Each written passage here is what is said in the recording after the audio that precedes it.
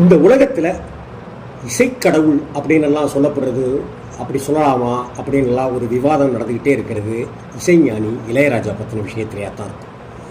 இசைஞானி இளையராஜா அப்படின்னு சொல்லும் பொழுதே அவருடைய 4 நிமிட பாடலையோ அல்லது ஒரே ஒரு காட்சிக்கு அவர் இசையமைத்ததையோ வைத்து பார்க்கும்போது அவர் ஒரு பிரம்மாண்டம் பிரம்மாண்டம் பிரம்மாண்டம்னு அப்படியே போய்கிட்டே இருக்கிற விஷயமாக தான் சொல்லப்படுது. ஒரு முகநூலில் வந்த ஒரு விஷயத்தை உங்களோட நான் பகிர்ந்துக்கிறேன். இசைஞானி இளையராஜா அவர்கள் 5000 பாடல்களுக்கு மேலே இசையமைச்சிருக்கிறார் அப்படிங்கிறது ஒரு பிரம்மாண்டமான சாதனை. அந்த 5000 பாடல்களை ஒரு சாதாரண மனிதன் செய்வது சாத்தியமா அப்படிங்கிற கேள்வியும் இங்கே நிறைய பேருக்கு வரத்தான் செய்யும். சரி, இதையே ஒரு தெய்வீகம் குடிகொண்டிருக்கிற ஒரு மனிதன் செஞ்சான் அப்படின்னு வச்சுக்கிட்டாலும் கூட அந்த பாடல்களில் அவர் செய்திருக்கிற நுட்பங்களை பார்த்தாலே, அதாவது கேட்டாலே, இசைஞானியை எதோடு ஒப்பிடுவதுன்னு நமக்கு புரியாமல் குழம்பித்தான் போகும். இசையை வெறும் வியாபாரத்துக்காக மட்டுமே பயன்படுத்துகிற இந்த மியூசிஷியன்களுக்கு இடையே இளையராஜா மட்டும் விதிவிலக்கு. சங்கீதம் அப்படின்னா என்னன்னு தெரியாத பாமரன் நான் என்னுள் இசைஞானி ஏற்படுத்திய தாக்கத்தோட இசையை, அதன் நுட்பம் ரசிக்கிறது மட்டும் இல்லாமல் இவர் இசையில் செஞ்ச புதுமைகளை எண்ணி பார்க்க கேட்க கேட்க பித்த நானே. அப்படி ராஜா செய்த நுட்பங்களை, டெக்னிக்கலை அறியுவதற்கான சின்ன பதிவு தான் இது. 1, 3 ட்ராக் ரெக்கார்டிங் வசதியில் முதல்ல ஒரு பகுதியை பாட முடியாத இடங்களில் விட்டுவிட சொல்லி ஒரு ட்ராக்ல ரெக்கார்டு செஞ்சு, அதன் பின்னர் அடுத்த ட்ராக்ல விட்ட இடங்களை பாடி ரெக்கார்ட் செய்து, பிறகு 2ஐயும் சிங்கரைசேஷன் செஞ்சு பதிவு செய்த பாடல் தான் கண்மணியே காதல் என்பது கற்பனையோ காவியமோ கண்வரைந்த ஓவியமோ எத்தனை எத்தனை இன்பங்கள் நெஞ்சில் பொங்குதம்மா பல்சுவையும் சொல்லுதம்மா அப்படிங்கிறது இதுவரை யாரும் செய்யாது. அதே போலதான் சிட்டுக்குருவி படத்துல என் கண்மணி காதலி இந்த பாடலும் கூட இதுவரைக்கும் இப்படி ஒரு முயற்சியை இதுவரை யாருமே செய்ததில்லை. 2வது, ஸ்ரீராகத்தில் இசையமைத்த ஒரே பாடல் சோளம் விதக்கையில சொல்லிப்புட்டு போன புள்ள சோளம் விளைஞ்சி காத்து கிடக்கு பாரடி புள்ள இந்த பாட்டு தான். இந்த பாட்டுக்கு இன்னொரு சிறப்பு இருக்கு. 15 நிமிடத்தில் மெட்டமைத்து இளையராஜாவே பாடிய டைட்டில் சாங், 16 வயது நிலை படத்தினுடைய டைட்டில் சாங் இது. முதல்ல இளையராஜா டைட்டில் சாங் பாடினதும், இளையராஜா திரையுலகத்துக்கு வந்து பாடிய முதல் பாடலும் இந்த பாடல் தான். 3வது விஷயம், இயக்குனர் மணிவண்ணன் இயக்கத்தில் 100வது நாள் அப்படிங்கிற ஒரு படம் வந்தது. மோகன், விஜயகாந்த் உட்பட பலர் நடித்தார்கள்ங்கிறது நமக்கெல்லாம் தெரிந்த விஷயம். இந்த 100வது நாள் மணிவண்ணன் இயக்கிய இந்த படத்துக்கான மொத்த ரீரிகார்டிங்கையும் அரை நாளில் செய்து முடித்து சாதனை படைத்தவர் இசைஞானி இளையராஜா என்பது குறிப்பிடத்தக்கது. ஒரு படத்துக்கு அரை நாள் தான், 2.5 மணி நேரம் ஓடுதுன்னா அரை நாளில் இந்த படத்துக்கான ரீரிகார்டிங் மொத்தத்தையும் முடிச்சு கொடுத்துருக்காரு. 4வது விஷயம், ஒரு முறை அமிர்தவர்ஷினிங்கிற ராகத்தை அடிப்படையாக கொண்ட பாடலை ஒரு கோடை பொழுதுடைய பிற்பகல்ல மழையை வரவழைப்பதற்கு உண்டான தனித்துவமான ராகம் தான் அமிர்தவர்ஷினி. அந்த ராகத்தை ரெக்கார்டிங் முடிச்சுட்டு பதிவரங்கத்தை விட்டு, ரெக்கார்டிங் ஸ்டூடியோவை விட்டு இளையராஜா வெளியே வர்றாரு. எல்லாருமே வெளியில வராங்க. எல்லாருக்குமே அதிர்ச்சி. ஆமாம், யாருமே வெளியில போக முடியாதபடிக்கு மிகப்பெரிய அளவில் கனத்த மழை பெய்தது. முறையாக மெட்டமைத்து பாடினால் மட்டுமே இந்த ராகத்துக்கு மழை வரும் என்பது சாத்தியம், சத்தியம். இசைஞானி இளையராஜாவுக்கு மட்டுமே இதுவரை சாத்தியப்பட்ட ஒரு அதிசய விஷயம் இது. 5வது, ரீதி கவுளை அப்படிங்கிற ராகம் இதுவரைக்க சினிமாவில் பயன்படுத்தப்பட்டதே இல்லைன்னு சொல்றாங்க. முதலாக இசைஞானி கவிக்குயில் அப்படிங்கிற படத்துல சின்னக்கண்ணன் அழைக்கிறான் ராதையை பூங்கோதையை அப்படின்னு டாக்டர் பாலமுரளி கிருஷ்ணா அவருடைய குரல்ல இந்த பாட்டை பண்ணியிருப்பார். முதல்ல சினிமா பாட்டுக்கு தலையில உட்கார்த்தி வச்சார் இந்த ராகத்தை அப்படின்னு தான் சொல்றாங்க ரசிகர்கள், இசை விற்பனர்கள். 6வது, ரஜினி ஸ்ரீதேவி நடித்த காயத்ரி படத்துல வருகிற வாழ்வே மாயமா பெரும் கதையா அப்படிங்கிற பாடல்ல தான் இந்திய திரை இசை வரலாற்றில் முறையாக எலக்ட்ரிக் பியானோ வாசிக்கப்பட்டது, அதாவது உபயோகப்படுத்தப்பட்டது அப்படிங்கிறது எத்தனை பேருக்கு தெரியும்? அடுத்ததாக கவுண்டர் பாயிண்ட் அப்படிங்கிற யுக்தியை முதல்ல பயன்படுத்தியது இளையராஜா அவர்கள்.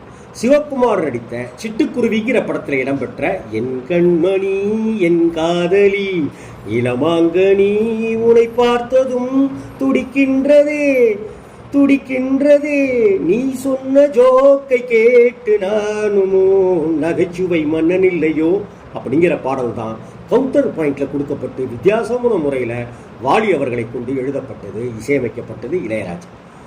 8வது பாயிண்ட், ஞானி செஞ்சுருட்டி ராகத்துல உருவாக்கிய ஒரே பாடல் 16 வயது நிலை படத்துல வர ஆட்டுக்குட்டி முட்டையிட்டு கோழி குஞ்சு வந்ததுன்னு, பூனைக்குட்டி சொல்ல கேட்டு யானைக்குட்டி வந்ததுன்னு, கதையில்ல சாமி இப்போ காணுது பூமி அப்படிங்கிற பாட்டு செஞ்சுருட்டி ராகத்துல பண்ணது. கதையில்ல சாமி இதை இப்பவும் இசைஞானியனோட வியப்பை பார்த்து வியக்கிறோம் சாமி, அவருடைய ஞானத்தை கண்டு பிரமிக்கிறோம் சாமி தான்.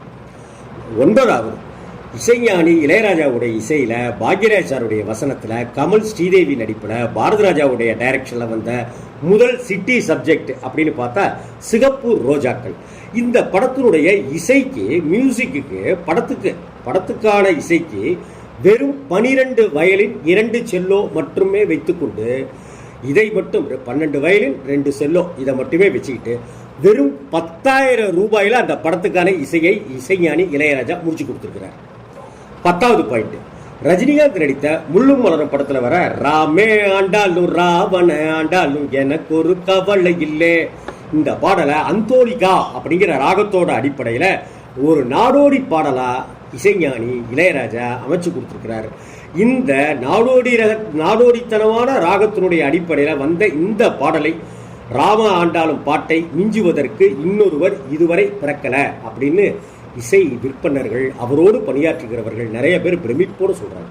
11வது பாயிண்ட், தமிழ் படக உலகத்தினுடைய வரலாற்றில் முதல்ல ஸ்டீரியோபோனிக் அப்படிங்கிற தொழில்நுட்பத்தில் வெளிநாட்டில் முழு பாடல்களையும் பதிவு செய்து பயன்படுத்தியது ரஜினி ஸ்ரீதேவி நடித்து எஸ்பி முத்துராமன் இயக்கிய பஞ்சு அருணாச்சலம் அவர்கள் தயாரித்த சுஜாதா, எழுத்தாளர் சுஜாதாவின் நாவலை படமாக்கப்பட்ட பிரியா அப்படிங்கிற திரைப்படம் தான் இது. இத்தனைக்கும் KJ ஜேசுதாஸ் அவர்களுடைய ஸ்டூடியோவில் ரெக்கார்டிங் செய்யப்பட்டதுங்கிறது கூடுதல் தகவல். இந்த படத்தில் இருக்கிற அத்தனை பாடல்களையும் ஜேசுதாஸ் பாடினாருங்கிறது இன்னொரு சிறப்பு தகவல். இதுதான் தமிழ் சினிமாவில் வந்த ஸ்டீரியோ தொழில்நுட்பத்தால் ஆன ரெக்கார்டிங் செய்யப்பட்ட படம். அடுத்ததாக மோகன் சுஹாசினி நடித்த மகேந்திரன் சாருடைய நெஞ்சத்தை கில்லாதே படத்தை இன்னமும் நம்மளால் மறக்கவே முடியாது. அந்த படத்தில் வர பருவமே புதிய பாடல் பாடு இளமையின் பூந்தென்றல் ராகம் அப்படிங்கிற அந்த பாட்டுக்கு தொடையில தட்டி, அந்த தாளத்துக்கு, அந்த இசைக்கு தொடையிலேயே தட்டி ஒரு புது பரிமாணத்தை கொடுத்தவர் தான் இசை ஞானி ராகதேவன், பண்ணைபுரத்தான் இசைஞானி இளையராஜா. 13 விசில்ல மெட்டமச்சி, அதுக்கு இசையமைத்தவர் இளையராஜா. ரஜினிகாந்த் மாதவி நடித்த பஞ்சு அருணாச்சலம் சார் தயாரித்த டைரக்டர் ராஜ்சேகருடைய இயக்கத்தில் வந்த தம்பிக்கு எந்த ஒரு படத்தில் இடம்பெற்ற காதலின் தீபம் ஒன்று ஏற்றினாலே என் நெஞ்சில் ஊடலில் வந்த சொந்தம் மயக்கம் என்ன காதல் வாழ்க அப்படிங்கிற படம் தான். இதே போல கொம்பேரி மூக்கன் படத்துலையும் அப்படி ஒரு பாட்டை அவர் பண்ணி கொடுத்துருக்கிறதா, மலையூர் மம்பட்டியான்கிற படத்தில் அப்படி ஒரு பாட்டை பண்ணி கொடுத்துறதாகவும் சொல்லப்பட்டிருக்கு. 14 இந்திய திரை இசை துறையிலேயே யாருமே செய்ய முடியாத சாதனையா படத்தோட கதையை கேட்காமலேயே பாடலுக்கான சூழ்நிலைகளை மட்டுமே வைத்துக்கொண்டு அதற்கு மெட்டமைத்து பாட்டு பதிவு செஞ்சு இளையராஜா இசையமைத்து கொடுத்த படம் தான் ராமராஜன் கனகா நடிப்புல வந்த மிகப்பெரிய சரித்திர சாதனை வெற்றி பெற்ற கங்கை மரன் சாரோட கரகாட்டக்காரன். 15 வாயசைவை மட்டுமே வச்சுக்கிட்டு ஒரு பாட்டை இசையை எப்படிங்க பண்ண முடியும்? ஆனால் வாயசவை மட்டுமே வச்சுக்கிட்டு அதற்கு பொருத்தமான பாடல்களை கமல் நடித்த ஹேராம் படத்துக்கு உருவாக்கினார் இளையராஜா. இதுவரை இசையுலகில் யாருமே செஞ்சிடாத சாதனை. அதே போல இதுவரை யாரும் ஒரு பாடலுக்கு மட்டும் 137 இசைக்கருவிகளை பயன்படுத்தினதா சரித்திரமே கிடையாது. 137 வயலின், 137 கிட்டார் அப்படி இல்லை, 137 இசைக்கருவிகளை பயன்படுத்தினதே கிடையாது. அப்படி இசைஞானி இளையராஜாவால் பயன்படுத்த பாடல் தான் ரஜினி, மம்முட்டி, சோபனா, ஸ்ரீவித்யா, ஜெய்சங்கர், அரவிந்த் சாமிலாம் நடித்த மணிரத்னம் இயக்கிய தளபதி படம். இந்த படத்தில் வரக்கூடிய சுந்தரி கண்ணால் ஒரு செய்தி, சொல்லடி இந்நாள் ஒரு செய்தி அப்படிங்கிற பாட்டு தான் அந்த 137 இசைக்கருவிகளை கொண்டு இசையமைத்து மும்பையில் இருக்கிறவங்கெல்லாம் அந்த இசையை கேட்டு வியந்து போய் எழுந்து நின்று கைதட்டினார்கள்ங்கிறது ஒரு அதிசய சாதனை. அப்புறமா சத்யராஜ், ரஞ்சிதா நடித்த மணிவண்ணன் டைரக்ஷனில் வந்த அந்த அமாவாசையையும் அமைதிப்படை படத்தையும் மறக்கவே முடியாது. அந்த படத்தில் வரக்கூடிய ஒரு ரேப் சீன் ரொம்ப கொடூரமாக இருக்கிற அந்த ரேப் சீனுக்கு வெறும் புல்லாங்குழலையும் தபேலாவையும் மட்டுமே வாசித்து தேட்டரையே மிரள வச்சிருப்பார் இசைஞானி இளையராஜா. இன்றைக்கும் அந்த காட்சியை பார்த்தீங்கன்னா நாம் மிரண்டு போயிடுவோம். அது மட்டும் உண்டு. அதே போல் நாசர் ரேவதி 2 பேரும் இணைந்து நடித்து நாசர் இயக்கிய அந்த அவதாரம் படத்தில் இசைஞானி சந்திரரும் சூரியருங்கிற பாடலில் அதில் தனி ஆவர்த்தனமே நடத்தியிருப்பார். அதாவது கிராண்டியூர்ஸ் மியூசிக் அப்படின்னு சொல்கிறாங்க அந்த இசையை. அப்படி ஒரு இசையை அறிமுகப்படுத்துறது இந்த படத்தில் தான், இந்த பாட்டில் தான் அப்படின்னு சொல்கிறாங்க. 19வதா ஒரு விஷயத்தை குறிப்பிடணும்.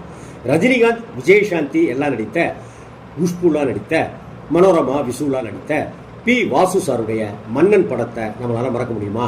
அம்மா என்று அழைக்காத உயிரில்லையே, அம்மாவை வணங்காத உறவில்லையேங்கிற பாடல் ஜேசுதாஸுடைய குரலில் நம்ம அழுதுருவோம் அந்த பாட்டை கேட்கும்போதே. வாலி அவர்களுடைய வைர வரிகள். இந்த பாட்டு ஜேசுதாஸுக்கு மிகப்பெரிய விருதுகளையும் மறக்க முடியாத பாராட்டுகளையும் கௌரவத்தையும் கொடுத்துச்சு. எந்த மேடையில் அவர் பாட போனாலும் அனைவராலையும் திரும்ப திரும்ப ஒன்ஸ் மோர் கேட்க வச்ச பாடல் இதுன்னு ஜேசுதாஸ் பல மேடைகளில் சொல்லியிருக்கார். திருச்சியில் இருக்கிற ஐயப்பன் கோவிலில் இருக்கிற கல்வெட்டில் இந்த பாட்டினுடைய முழு வரிகளையும் பொறிச்சு வைக்கப்பட்டிருக்கிறதையும் இதனுடைய ஆடியோ பாடல் இசையோடு சேர்ந்து அங்கே ஒழிச்சிக்கிட்டே இருக்கிறதையும் நாம் கேட்க முடியும். அதே போல் சிம்பொனி கம்போசிங் பண்ணுறதுக்கு குறைஞ்சது 6 மாதமாவது ஆகும் சிம்பொனியினுடைய கம்போசிங்கை பண்ணுறதுக்கு. ஆனால் வெறும் 13 நாளில் வாசித்து முடித்து உலகையே திரும்பி பார்த்து பிரமிக்க வச்சவர் தான் நம்ம தேனி மாவட்டத்துக்காரர், நம்ம பண்ணைபுரத்துக்காரர், நம்ம தமிழ் இசைக்காரர் இசைஞானி இளையராஜா. அவர் என்றென்றும் நீடூழி வாழணும் அப்படின்னு பிரார்த்திக்கிறோம். இசையின் அடிமை அப்படின்னு அவர் தன்னுடைய பெயரை குறிப்பிட்டிருக்கார். எவ்வளவு பெரிய சாதனைகள், எத்தனை சாதனைகளை அசால்ட்டாக பண்ணியிருக்கிறார் இசைஞானி.